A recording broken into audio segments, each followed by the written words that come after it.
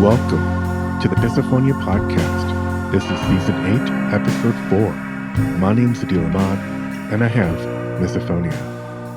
This week I'm talking to Ben from Indiana. This is the first time Ben has talked about misophonia, and he shares a lifetime of experiences going back to his toddler years, which had some very negative events, and I want to just issue a content warning that there is some discussion of abuse at the hands of a babysitter. He discusses his early memories of being triggered by chewing gum, and then the challenges growing up with misophonia, especially in quite a male and sort of macho environment. Ben was also a minor league baseball player, and we talk about some of the unique challenges in that environment. We talk about how he copes now and how he handles it with his family and son. After the show, let me know what you think. You can reach out to me by email at hello@misophoniapodcast.com or hit me up on Instagram or Facebook at Misophonia Podcast. By the way, please do head over and leave a quick rating or review wherever you listen to the show. It helps drive us up in the algorithms, which helps us reach more listeners. A few of my usual announcements. Thanks for the incredible ongoing support of our Patreon supporters. If you feel like contributing, you can read all about the various levels at patreon.com/Misophonia Podcast. This episode is also sponsored by the personal journaling app I developed called Basil. Basil provides AI-powered insights into your journal entries and guides you with new writing prompts based on those insights. You can explore many different therapy approaches and modalities. It's available for iOS and Android. Check the show notes or go to hellobasil.com. All right, here's my conversation with Ben. Ben, welcome to the podcast. Great to have you here. Well, thank you for having me. Yeah, so do you want to tell us kind of roughly kind of where are you located? I grew up in like Western Kentucky, kind of in the Owensboro, Kentucky area. It's kind of right on the river between Kentucky and Indiana, but now I live in the southern Indiana area. Cool. What do you do? I am a quality / engineering person. That's my job is, and it's more like an automotive field where we're a supplier to like larger automotive places. We don't make it not for like cars, but for semi trucks and diesel trucks. Stuff. Yeah, cool. And so I guess maybe I don't know. We can talk about a little bit of kind of like what's been going on. Misophonia was. We talked like actually just a few minutes ago. I mean, I should probably mention now. Like you've never talked to anybody about misophonia, right? No, and when I was growing up, right, nobody that I knew of, had it. Now there's times where people would say, people just eat with their mouth closed or something like that because, when I was younger, the only really triggers that were people like making slapping sounds, like when they were chomping or, really sloppy eating. And, I remember that. But, I've never met anybody else that had that. In fact, up until it might have been when I was listening to just going through podcasts, I found this podcast and I really didn't even know there was a name for it. And, it's really helped me to figure out that, wow, it's one of the unique experiences. Like I finally had that, epiphany where like, wow, oh my goodness, there's actually other people that have this and I'm not completely crazy. So, yeah. Well, that's great. That's it's kind of why we do this, is to kind of like spread awareness to people who don't have it, but also people who do have it, to kind of be able to relate. And I'm glad we're finally able to put a name to it. Do you want to talk about like going back to the early days, like what were maybe some of your first memories and experiences?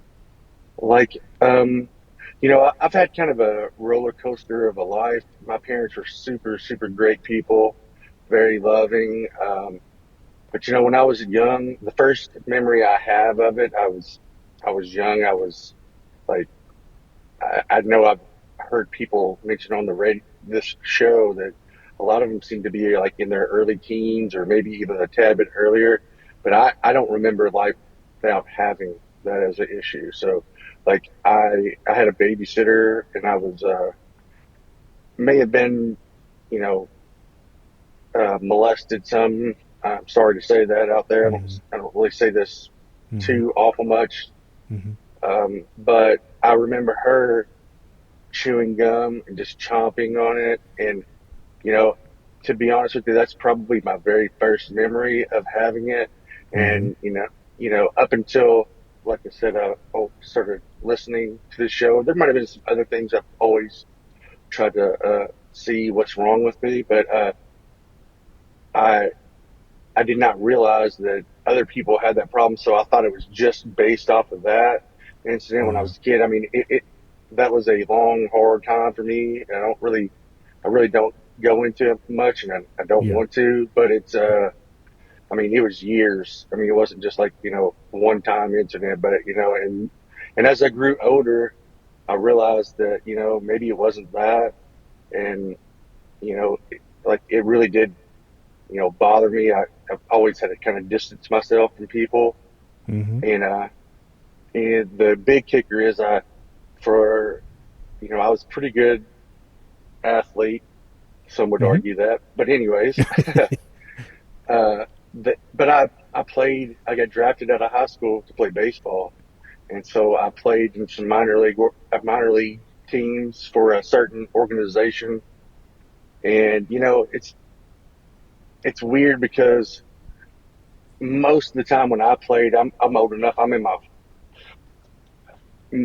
middle 40s, and people still did chewing tobacco a lot then. Yep. But when people would chew gum, you would think, oh, what a great life. I mean, it was torture. It could be torture. I'd have to really position myself to not be by certain people, and it's really tough to be good at something and really uh, have to be careful. Where you sit on the bus, in the Yeah. stands. I mean, it's really kind of a crazy. It's just kind of difficult when you think about that life, and then when you go out to even right now. I mean, when I go out to watch my son play sports, I just sit by myself. I mean, if Mm-hmm. my wife, she'll sit with me, and she understands exactly why I do what I do. But most people do not. They think, I think they think I'm being too good to sit by somebody, but Mm-hmm. that's never really a issue in my life. It's just the fact that if Big Bob's over there chomping the gum like crazy Yeah. and pop and seeing how loud he can pop it. I mean, it's torture. Yeah. It's a real torture for somebody like me. And honestly, people that don't understand about this affliction, I don't even know what it really is, to be honest with you. But I mean, to me, you don't see the inside of you. You can't. There's no blood pressure cuff on you that's causing a red light to come on, so everybody can see that for some reason something's triggering you. But my adrenaline really does start pumping really hardcore, and you have to leave. I mean, it's if people only could see it through your eyes for one day, you'd be a lot more careful about how sounds make others feel. Right. Yeah. It's just, yeah, on top of the torture that it causes us. It's just so hard to explain to other people. It sounds so Because it irrational. sounds so dumb. Yeah. It's so like people say, well, I always uh, give out this uh, pre-warning that like, hey, this is going to sound stupid. I preface it by saying, hey, Yeah. Yeah. this is going to sound completely dumb, but you're driving me crazy because you're chomping your gum with your, and you cannot, I mean, and I don't know if everybody feels the same way, but I almost can't stop watching you do it. Yeah. And you try to look away. Everywhere you go, you have to be careful where you sit. You can't just go to the movie theaters. I mean, I Right. can't, anyways.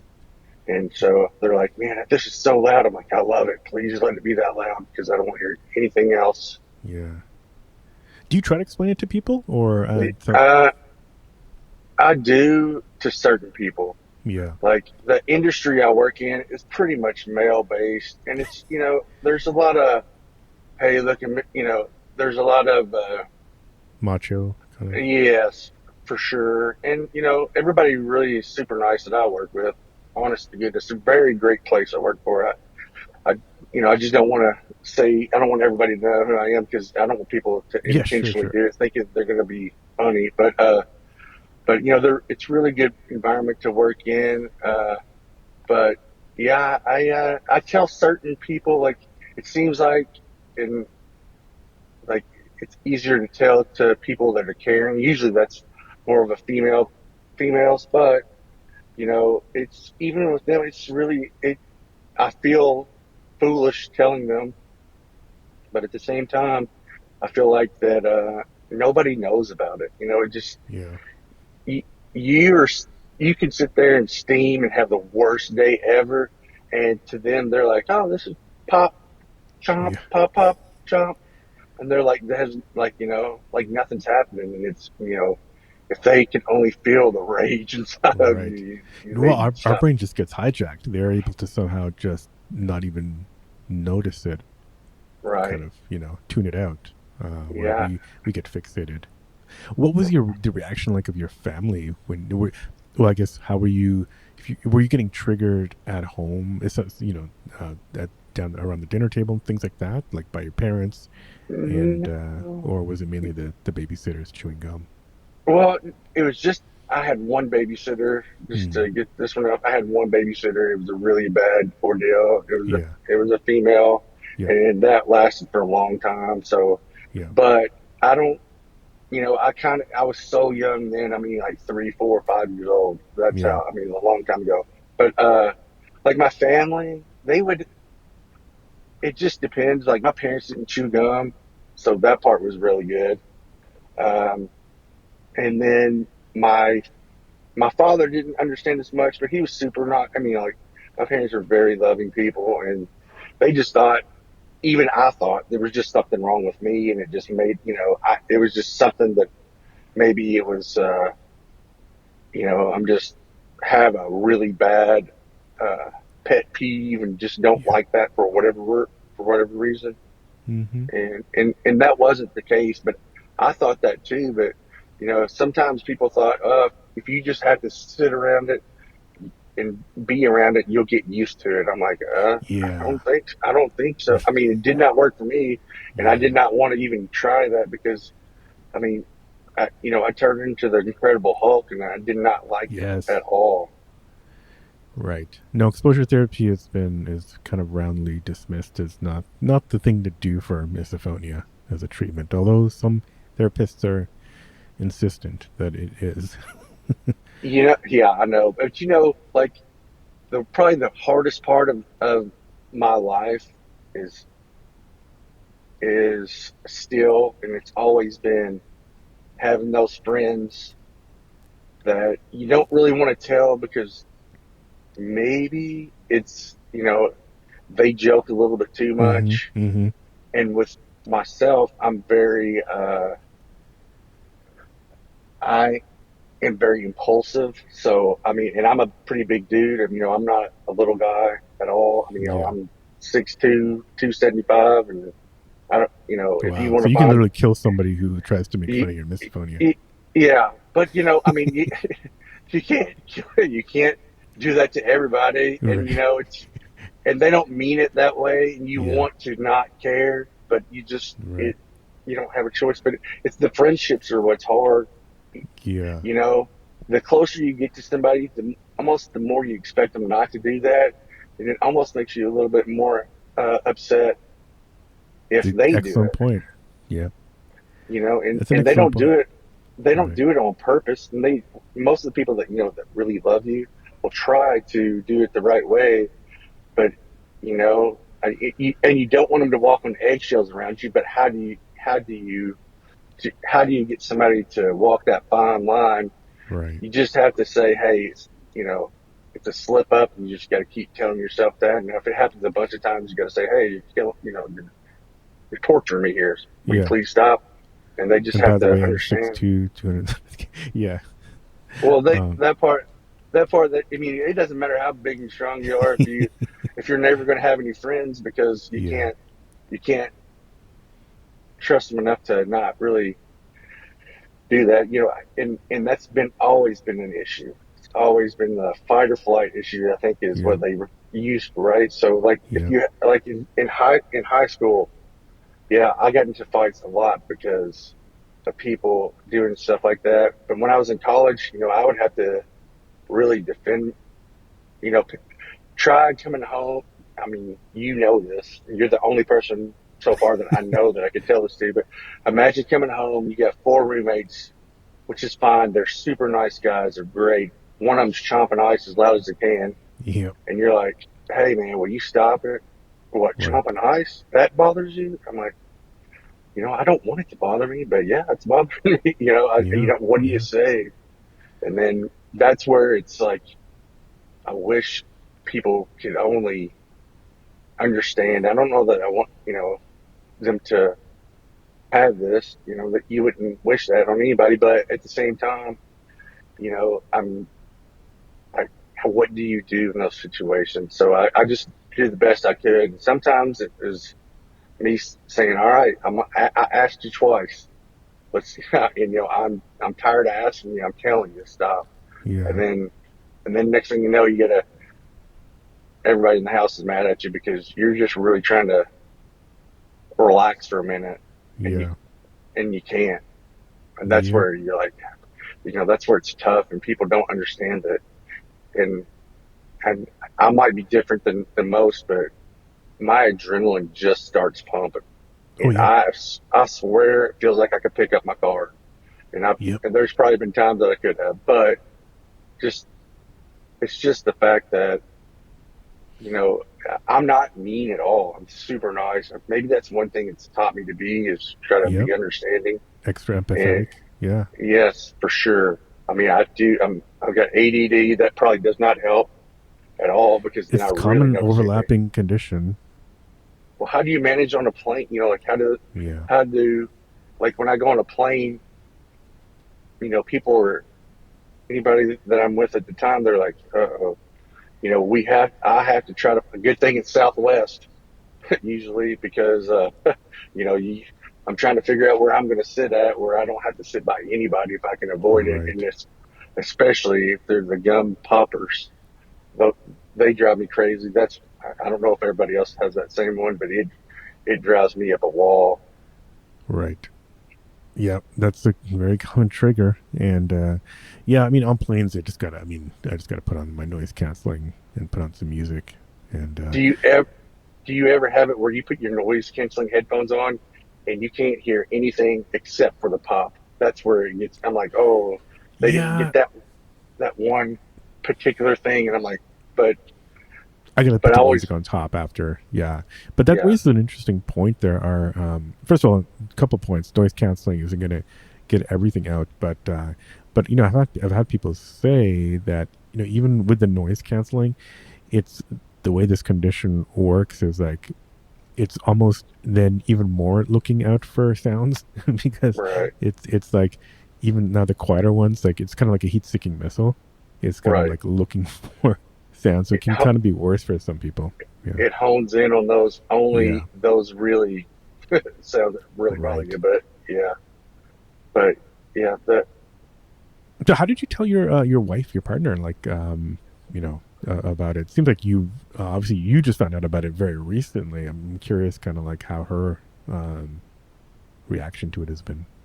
well, I mean, she's been very understanding about it, and it is very difficult to say, but she's been very understanding. Her mother was, she kind of, I think she told me really what it was called, and I thought Mm. her mother was being kind of like silly, but I Oh, think she so used the her word. your mother-in-law your Yeah. mother-in-law found the name? Ah, Well, she worked, I believe, with like mental health patients and stuff yeah. like that, so she kind of knew some of that, the wording for it, and so I didn't. I just thought she was being, kind of just. being silly about it, but I think she's the one that I've heard that word from first, the misophonia. But I just thought I was completely alone, and but I would tell my wife or anybody that I'm friends with or close with, Yeah. I'm like, hey, this is going to sound stupid. It's going to sound dumb. And I said, I 100% can tell you that it sounds that way, and I would feel that way if I was you. Mm-hmm. But I said, there's certain things that are going to cause me to uh, not be such a nice person. I said, and I don't know if it's voluntary or involuntary, but to me, it's involuntary because if I hear that sound, then immediately I go from being relaxed and like everybody else to focused and looking at that one item. And I said, and I can't stop hearing it. And it almost, I always tell people, if you could imagine somebody putting their fingers down the chalkboard every single time they did just a normal sound, there's certain sounds, and then that also slaps you in the back whenever you're in the shower and somebody just whaps you in the back and you're just like, it's like a stunning surprise. And it Right. happens over and over and over again. I said, Right. that's kind of what it's like. I said, it just depends on the day and the intensity. Yeah. Yeah. Are there any things that work for? Have you noticed things like, at least like more stressed out day, or a day that our nervous system is already kind of frazzled? It's worse, and there are other days when we can kind of get over it a little bit easier. Have you found any patterns there, or any kind of coping strategies? No, really, the only one I found is just going away from the situation. Yeah, the flight. Especially, Yeah. that's it. I mean, up until I was from 20 something, middle middle 20s to when I was born, all in between there was always fight. Right. And then I learned that was probably not a great idea. Even though in my mind at the time it feels completely valid, Yep. that's not the way to go. So then I had to figure out how to do flight. Like, people were like, oh, some of the worst things for me to attend are some of the things that people really love to attend. So, like, for Movies or example, yeah, like, hey, guess what? You know, Billy Bob's getting married. Oh no, yeah, yeah, please yeah. don't make me go to that. Hey, guess Correct. what? Oh, Bobby Senior, he passed away. We got to go to the funeral. We got to stay the whole day. Oh, don't make me do that, please. Right. It is that probably the funerals are the worst of the bunch, Mm-hmm. just because everybody's like, hey, you're gonna get so close to him. Just get a piece of gum. Here's a piece of gum. I'll take a piece of Right. gum. Here's a piece of gum. I mean, I'm like, oh Right. no. Right. So, but on those situations, luckily everybody's always okay if I have to leave for a little bit because I don't know what else to do. I don't Yep. know how else to cope with it. And I don't want to make a scene. I don't want to Yeah. be. That's you gotta. You just gotta know when to say, hey, you know what, I gotta leave for a little bit, and you gotta have a plan B. Exactly. An escape route. Um, Yes, you're exactly. That's a good point. There's something I've thought of, something I've realized. I'm sure it's not an original idea, and I've posted on Instagram. Is just the idea of conservation of energy? As it's like I could make a scene, but that's just going to like make me feel even worse afterwards. Hmm. And Correct. so, kind of weighing that, you know, making a scene, and then it takes even longer to recover. I'm basically thinking about the scene for the rest of the day. Right. When if I just leave, hey, probably in 10 minutes from now, I'm gonna be fine. I can go do, I don't know, do a hobby or something I want to be productive at, and it's just the difference between the two, um, kind of choosing to do an adventure situations is so stark that it kind of Right. like helps me kind of like get through, a little bit. Yeah. I just try to That think conservation of energy. So that's funny. You choose your own adventure books because you know how you think about certain things, and then all of a Mm-hmm. sudden they come up all the time. Well, I've said choose your own adventure books probably for the last week or so because I have ADD also. I Yep. mean, which might be common amongst everybody, Yep. but I couldn't just read a book. I can't just you can't give me a book. I mean, I have to go through standards and stuff, and I just it takes forever to get through them for me Yeah. and my work. But if you give me a book, I'm going to either fall asleep or my mind's already wandering about Same. 18 other things. So when I read that book, the choose your own adventure books were the only ones I could really feel like I had this, I read this book, because it was like, Yeah. I died. Thank you. And I read Yeah. that book. I felt accomplished. Right. Right. Right. Right. But It's funny. yeah, but How about your son? Do you mention misophonia to him? Like, how do you? I don't know. Do you think about how to communicate that with him? yes, you know, uh, maybe I don't know if everybody else does this, but all right. So my son has always known about this for me. My Mm-hmm. son is he's a very smart young man. He is, I'm very proud of him for sure, and he understands that it's just a condition I have, and he's known about it my whole life. I've had it, you know. Mm-hmm. He's never really said anything, but like I eat by myself. That's I Mm-hmm. Mm-hmm. well, I mean, a lot of times I have to eat by myself. Like, I want to do like everybody else does and have the like, The that family meal. scenes from the Nutty Professor where everybody's eating around, laughing, and having a good time. I want that. I want that, but that's never going to be me. I can't, Mm-hmm. I can eat with people, but they just have to understand that you have to eat, you can't be over there seeing how many times you can lick your fingers and start chomping on their food. And Yeah. I mean, it's like, what about Bob? Have you ever seen that show where Yeah. The movie. that's one big the Yeah. the movie What About Bob when Bill Murray is overly enjoying the food from Bob's wife and he's going, Yeah. these mashed, oh, these mashed, that's, I mean, Yeah. I don't know if that's part of my misophonia or if that's really just me being annoyed on that one. But Yeah. I'm like, oh my goodness gracious, that's what it. Right. I tell people it's kind of like that, but just really, it's kind of, but it's worse. It's like, but yeah. Whenever we eat, I usually just eat with one person that understands that, like it's usually my wife or just my son understands it too, but I have to tell him sometimes stop slipping up.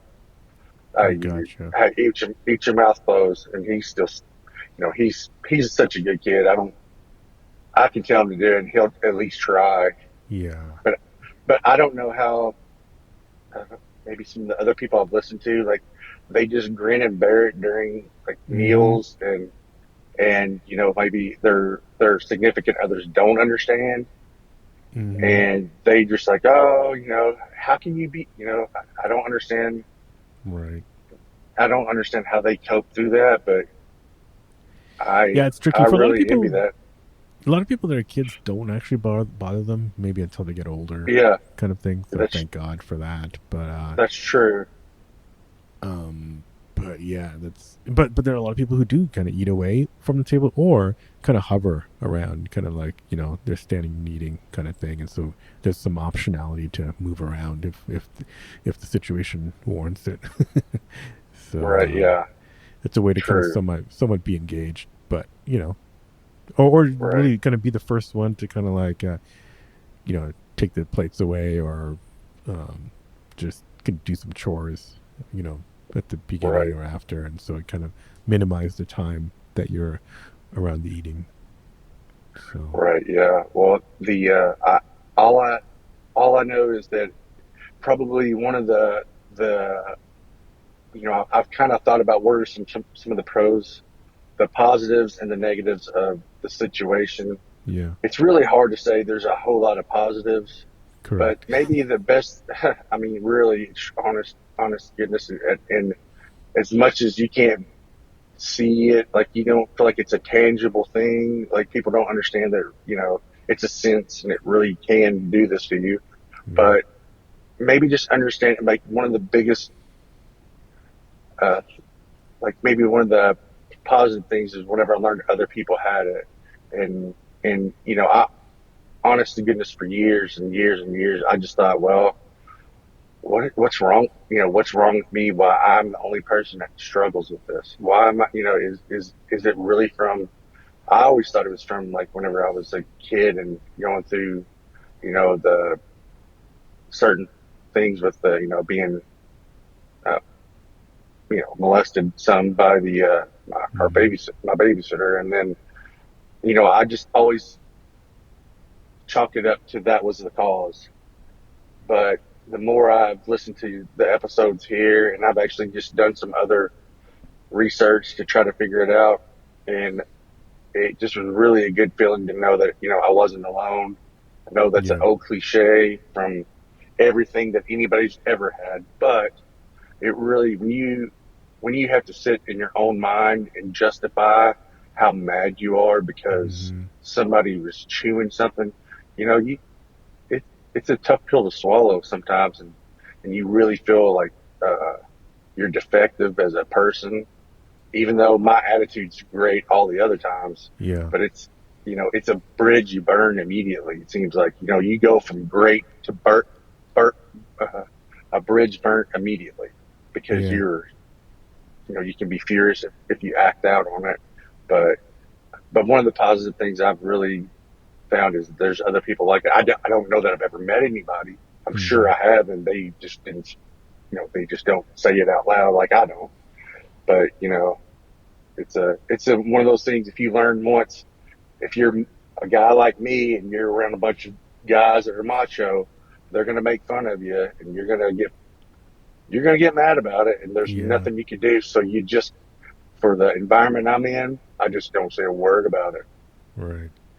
Well, one thing, I mean, yeah, I mean, we're still understanding what it is. One thing I'm pretty confident now is something I wasn't sure of when I started this podcast is like, I wouldn't say we're defective. I don't think, I Or, don't think it is like some kind of like a brain deformity that we were born with. I right, think it's a combination of things, right, probably.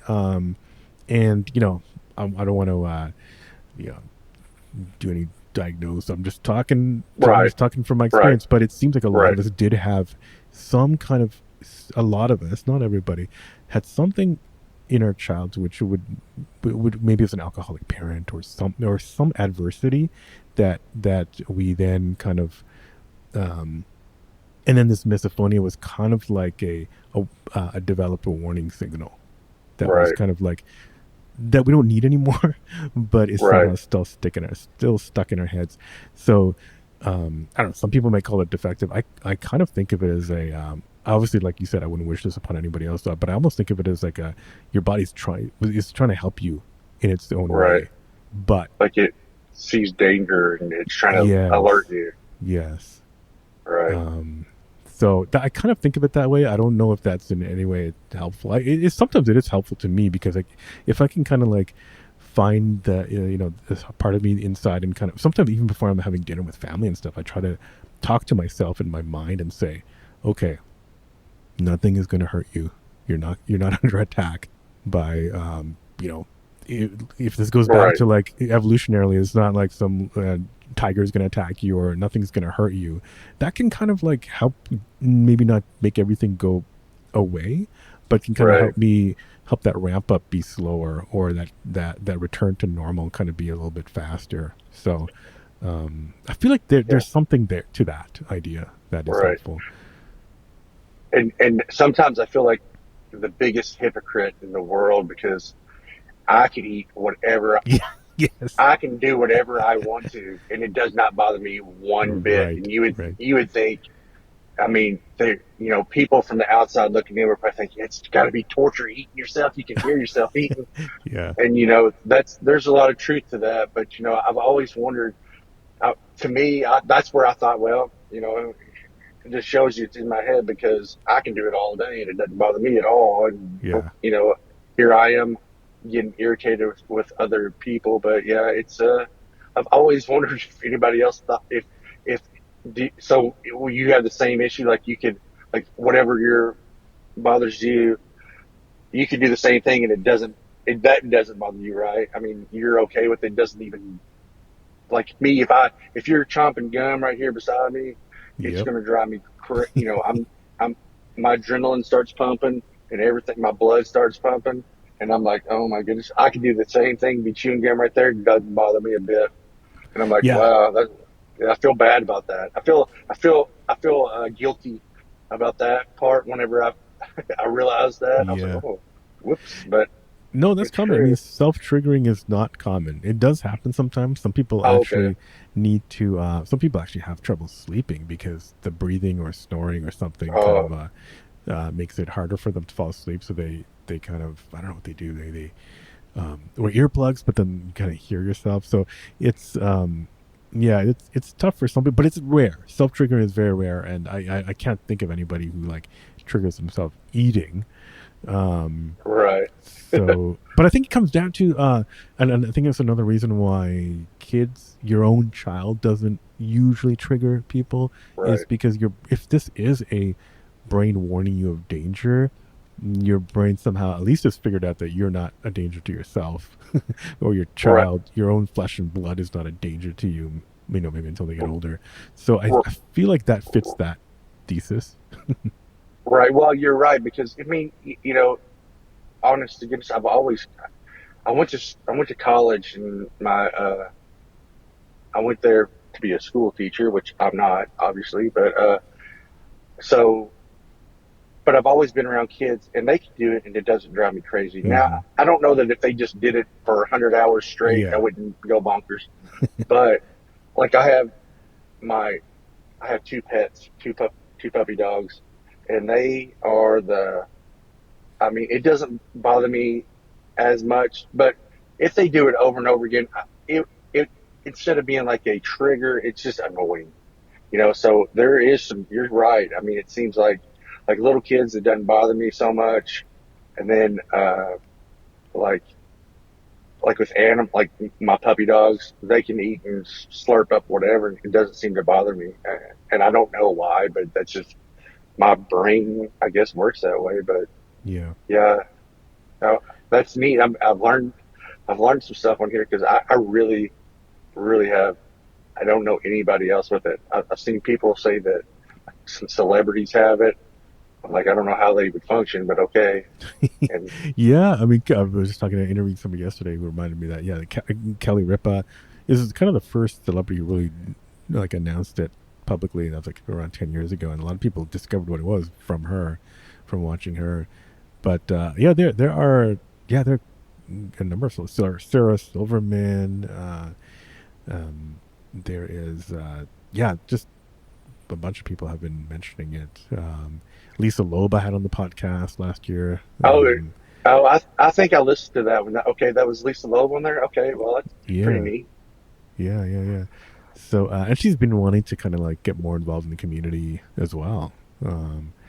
So, but you're right; it's hard to function. I mean, I always wonder how people, because I've had a bunch of musicians on, so it's always interesting to hear how do you like your livelihood is performing on stage, and then you're in front of like hundreds and thousands of like coughing and sneezing and people. Like, doesn't that distract you? But Try somehow they were able to try go tune it out. try going to a baseball game. Try Oh, being yeah. a baseball player, and you are now in the dugout with Mm-hmm. everybody that has all that gum. I mean, they have tubs of gum, and like you just go in there and they just grab as much gum as they can, and they see how loud they can chew it, open their mouth. Right. I mean, it was torture. I mean, Yeah. people don't understand that, and I love sports. I still do stuff with sports, and it can be torture when you still don't say anything because it just. I mean, you just have to avoid certain people and you just stay out of their way and you just try your best to do. But I couldn't imagine playing right now. I mean, they don't. Yeah.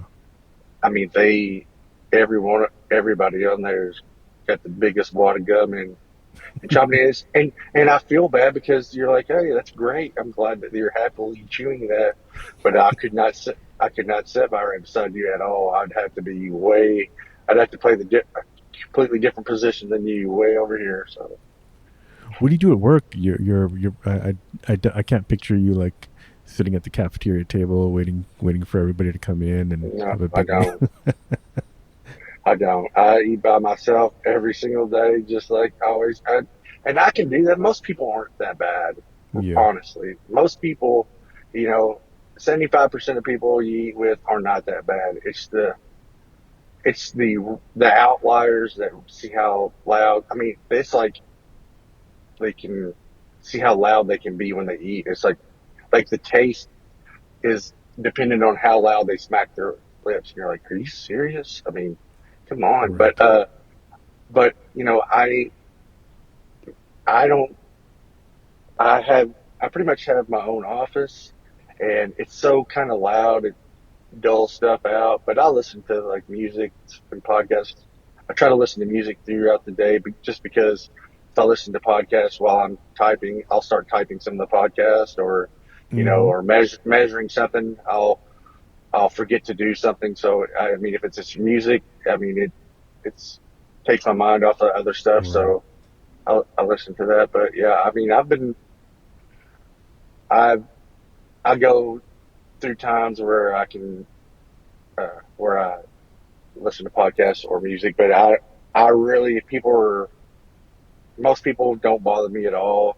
It's just if you have to get stuck with somebody and you can't get out of there, I mean, then I have two choices. One of them, I'm not going to be, I'm not going to do the fight response anymore. I'm too old for that, and I wouldn't do it anyways.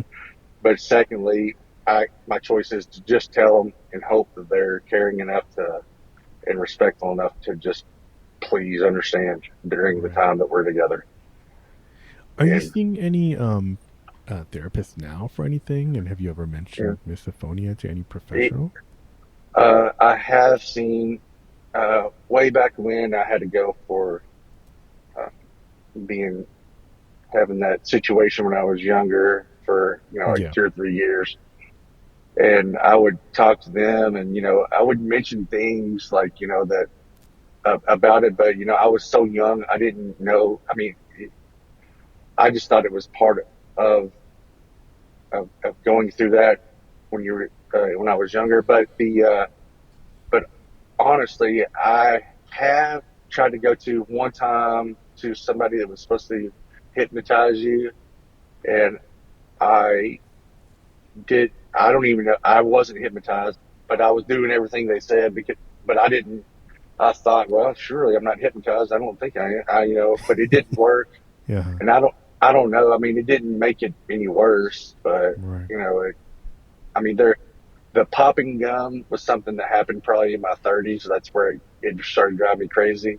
It Oh. didn't drive me crazy when I was younger. And then certain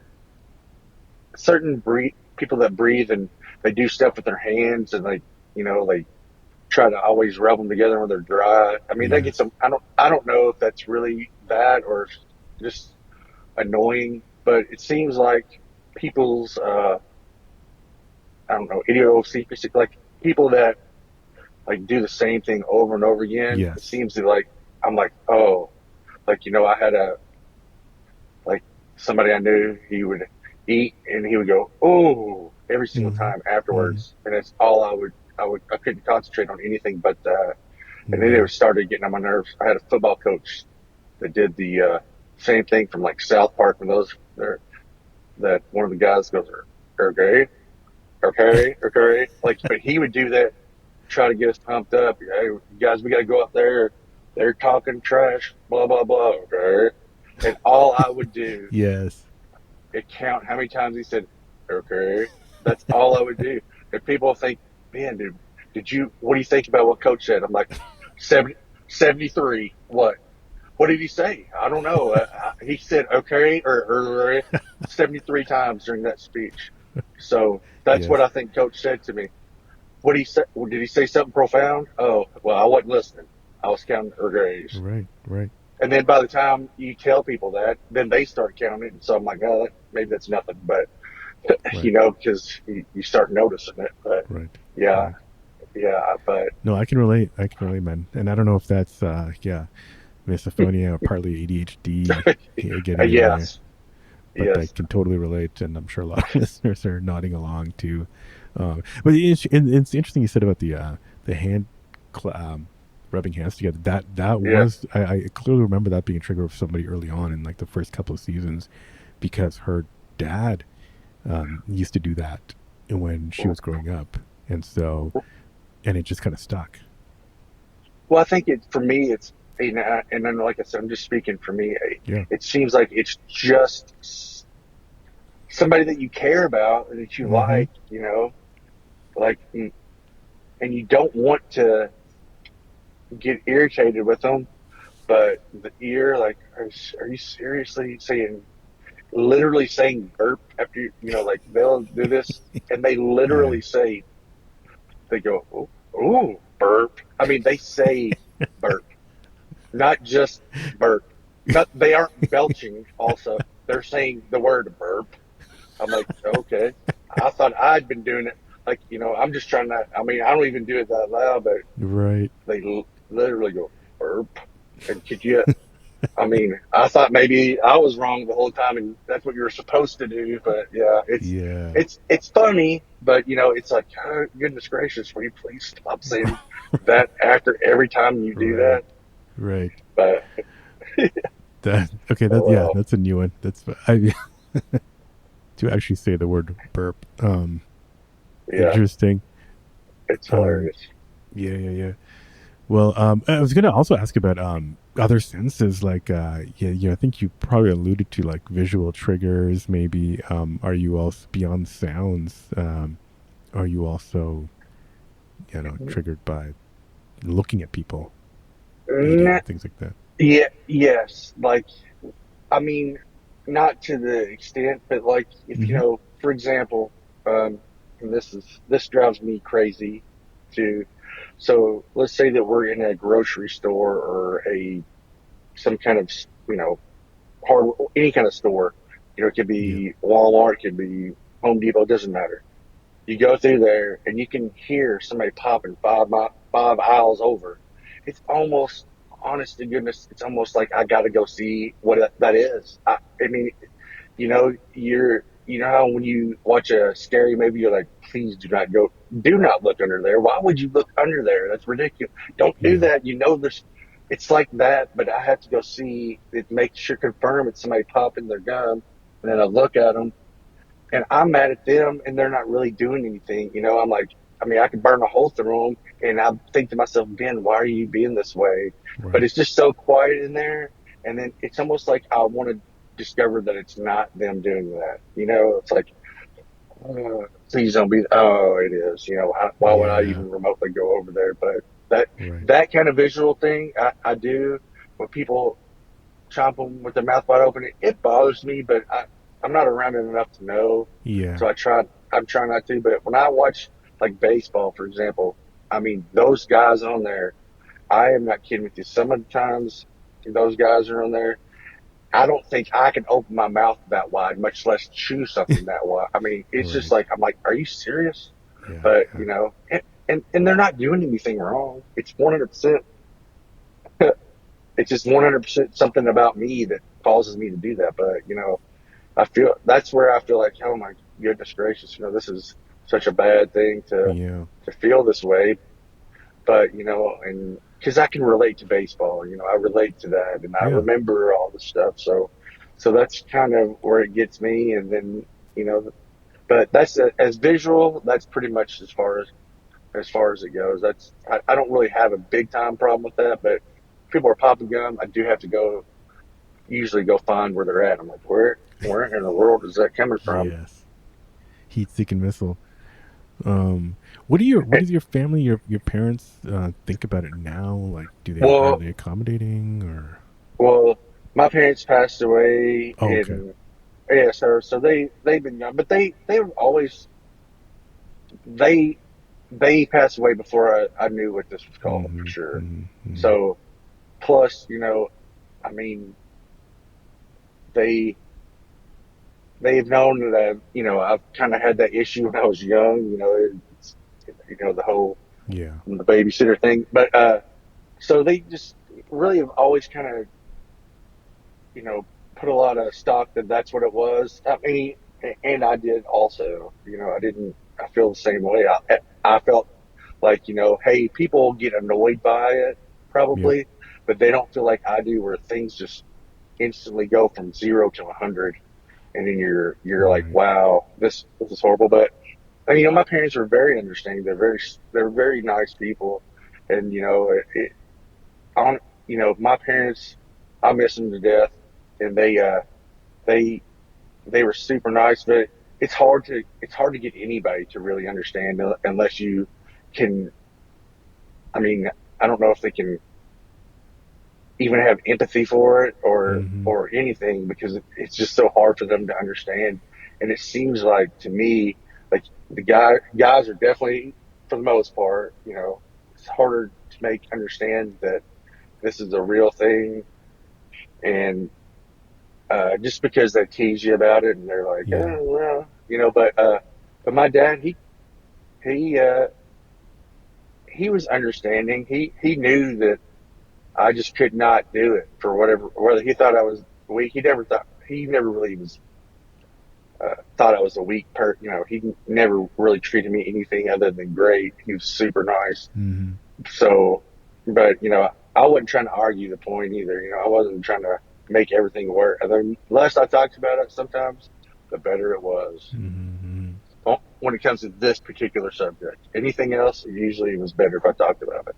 But Right. yeah, but I've always, I know, like, I've always wondered if there's like some kind of magic, something that somebody takes and they're like, oh, this is really what cured it. But I mean, I've tried a lot of stuff. I've tried like noise canceling headphones. I've tried, you know, and it does help. Like, you know, if you're on a plane, the good thing about the plane is you can't really hear that great anyways. But if you have noise canceling headphones in, it just makes it that much quieter. Mm-hmm. But you know, you have to sit in the airport. You got to stand in line behind everybody. Yes. You gotta, you know, hey, you know, there's that one, we call them, I call everybody mama, not grandma, but there's a grandparents out there that go, all right, everybody, I got the gum here, got a whole pack of it. And you're like, Yes. no, you know, it's like, no. And so, yeah, I've always, you know, I've always been like, oh my goodness. All right, guys, it's going to pop your ears real bad. So Right. everybody chew gum as loud as possible. Yep. That's what it definitely feels like sometimes. Um. Yeah. Well, yeah. Hey, Ben, we're coming up close to an hour. We've covered a lot of stuff here. Yeah. I'm curious, any other like yeah, other stuff you want to share about your experience that you know, with misophonia, with people listening. Um, I like to put you on the Now, spot. no, it's fine. I mean, as as far as you know, in my life, I really feel like that, and probably in most people's lives, you feel like how you feel, 99% of the other people feel. You know, Yeah. so you know that's how I felt about everything, and then to find that this was the one thing that nobody else disliked. You know, like that doesn't drive you crazy. Nope. And to feel by yourself about this, and it's like you are alone. I mean, like it's like you're a prisoner and nobody. A lot of times, I don't know that you're a prisoner, but you just feel isolated Yep. from certain situations. Like, you know, I just because you can't go, you know, if you're scared to go to anything, like if you want to go to a baseball game, if you want to go to, you know, a concert, concerts aren't usually that bad. If you're going to a funeral, wedding, anything, don't. I would say don't let this stop you, because, but just have an exit strategy, yeah, a plan B, whatever you want to call it. But you know, and make sure the people that know about your condition, you're with them and they understand that, you know, Right. you're going because you want to live your life. Mm-hmm. But if the situation arises where you can't handle it, it's completely okay. And you know, and the people that really care about you and understand that, it's going to be okay Yep. to leave that situation, just because you do want to try. You don't want to not go to things because Right. you're scared of this, that, and the other. And in this case, it might happen in sounds. Right. Don't ever let that stuff stop you from trying to live Yep. your life to the fullest. Everybody's got problems. Some you can Mm. see, some you can't. Every single person that walks on this earth has some kind of problem, and sometimes you can see it. Sometimes people are handicapped; they have a missing leg, whatever. You can see that, but maybe they also have a other people you think don't have any problems at all. They look like everything's perfect. Everybody, they have problems too. It's just how do you deal with those problems? And that's how I look at life in general. I Yep. don't let things stop me from doing it, but I always do have a way to get out. If in our case you have to have a way out because you have two or three options and two of them are horrible, and Yep. so you don't want to be getting mad at people for stuff they have no earthly idea they're doing wrong. Yeah, I always just like to have a way out. That's pretty much it. But I would still live my life and don't don't tell yourself, hey, there's too much. I don't want to do that because there's such a high chance this is going to happen. Yep. So Yeah, I agree. That's having that optionality to kind of like just leave a situation. Sometimes it's all it takes to kind of help us feel less um, prone to a reaction is to just know that we have right, that optionality. And all we ask of others, at least, is just that empathy right, to kind of not be shocked that, wow, somebody just has to, all we need, if we need to leave the situation, it shouldn't like turn into a big scene. You know what I mean? right. It's Yeah, like no kidding. it's a crucial piece of self care, and you know other people should be able to move on with their lives too if we just leave a room. That's um, right. Yeah, well, try great, not to great. burn bridges. Yeah, exactly. But no, what everything you said there was great. And I think those are a lot of different messages there, and great way to kind of end the episode. Yeah, it's great to chat, and it's always great to be kind of like one of the first people that somebody talks to about misophonia. So hopefully, I hope this was helpful to you and might Yeah. open doors to kind of help you talk to the people, but maybe people will reach out and want to chat with you, and it'd be great to if you can find a little community where you are in Kentucky Well, or Indiana where you are now, I yeah, guess. right. It's pretty much one of the, it's just right across the river. So yeah, well, I appreciate it very much, and thank you. Thank you again, Ben. Always great to hear someone talk about misophonia for the first time. If you like this episode, don't forget to leave a quick review or just hit the 5 stars wherever you listen to this podcast. You can hit me up by email at hello@misophoniapodcast.com or go to the website, misophoniapodcast.com. It's even easier just to send a message on Instagram at Misophonia Podcast. You can follow there, or on Facebook and on Twitter or X. It's Misophonia Show. Support the show by visiting the Patreon at patreon.com/Misophonia Podcast. The music, as always, is by Moby. And until next week, wishing you peace and quiet.